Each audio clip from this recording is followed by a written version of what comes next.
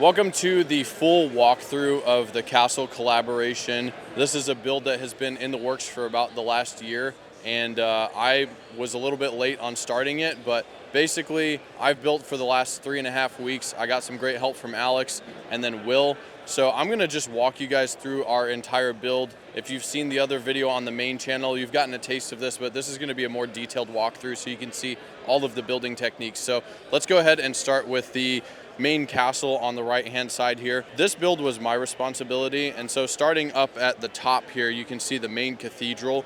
I kind of modeled this after just European cathedrals, and I wanted it to be the keep but still have that cathedral architecture, and I think it turned out pretty good. I'm very happy with like all of these little gargoyles here. They're based off of the Creator 3-in-1 Falcon, but then I just modified them a little bit.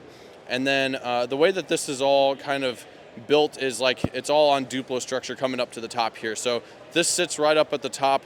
We've got, of course, like the king and the queen in the middle, and then you have the king's guard down in the front kind of watching over things. And then in front of them are the main knights, I guess, if you want to call them that. And then we have some crossbowmen that are kind of patrolling around the castle. And then moving down just one level below that, we have all of these archers that are getting ready to go out to war. And I decided to also add in a couple other fun things here. So we've got like a armor rack with a bunch of different weapons and stuff. We have some bows and arrows, and then some quivers and stuff, and then also somebody who's vending food, and then a little bit of entertainment going on in the middle here with a guy who's singing. He's like the Bard CMF, I think. And then moving over to the front of the castle, up at the top of this tower here, we have a ballista, which is to help with the castle's defenses, to ward off dragons. And then moving down from there towards the front, there's the gate to the castle. And coming out, we've got all of these guys going out to war. So we've got swordsmen, we got some guys with some spears, and a couple other troops towards the front. And so this bridge, you know, just kind of leads down here. I based it off of Lord of the Rings. I tried to have a little bit of a similar design to that, and I think it turned out really well. It took quite some time to put that together, but I'm happy with like the sloped angle to it and everything. And that moves us over into Alex's section of the build. So he built kind of like from here onward over to the short wall on the front. And so with his section, we have this river that's running down through the middle, and we got a couple of the new Wolfpack troopers back there. So that river comes through and it goes all the way down to this waterfall at the front, which he built, which I think looks really good and adds, when you stand back and look at everything, it adds a nice sense of depth to stuff. And then kind of running underneath the waterfall here, we have these knights who are from Knight's Kingdom, and they are running away from a dragon who's coming out of this cave over here. This dragon was designed by Alex. It's based off of the old classic green dragon, and I think he did a really good job with the head there. So, and then moving back over to the top of the build, we've got all of this different forests going on. These trees, they're pretty simple design for the ones with the yellow leaves, and then the more pine-looking trees are a design that Alex came up with using a bunch of clips and modified bricks, and he's got tutorials to these on his channel, so if you guys want to check that out, I'll have it linked down below. But moving over to the left a little bit more, we have Alex's ruins, which I think he did a really good job with. He's actually got a floating pillar section in the middle there, which I think is pretty neat. Coming down over in the front here, we have this dragon knight that's being run over by a horse and carriage. And then in the back, Alex has his herd of goats that are being led by a shepherd, which I think is pretty funny. So moving over onto the final section of the build, this is the section that Will did. And he's got Lil Jon and Robin Hood running through the forest, which I think is a fun little addition that he's got going on there towards the back. And then he's got this guy being chased away by some sheep. And then this leads all the way down around the front here, down to the harbor, and it connects right over into Alex's build. On top of this sort of mountain here, we've got a sort of castle front gate structure tower thing going on. And then down below that is a fishing village that Alex put together. So I want to talk a little bit about how this collaboration kind of came together. Basically, the way that this works is we got together about a year ago, and it was myself and Alex who did this section and Will who did this section over here. and we started talking about what we wanted to see in a build. So we shared some different art pieces with each other and had inspiration from a couple of different areas. We got on a Discord call, and then Will put together a drawing of a concept of what we wanted the whole thing to look like. So we had a general idea for our layout.